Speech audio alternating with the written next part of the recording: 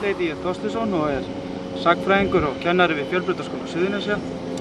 Ég fæddur og uppalinn í Keflavík en flyt hingað í desember 2007.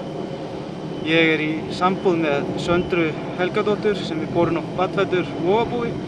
Saman eigum við 2 börn, Þorstein Helga 2 ára og Lilju Líf sem 4 manna. Mín helstu áherslumál í bæjarstjórninni eða bæjarstjórnarkosningunum eru fjölskyldan og menntamál. Þar hef ég einna mestan áhuga á að starfa.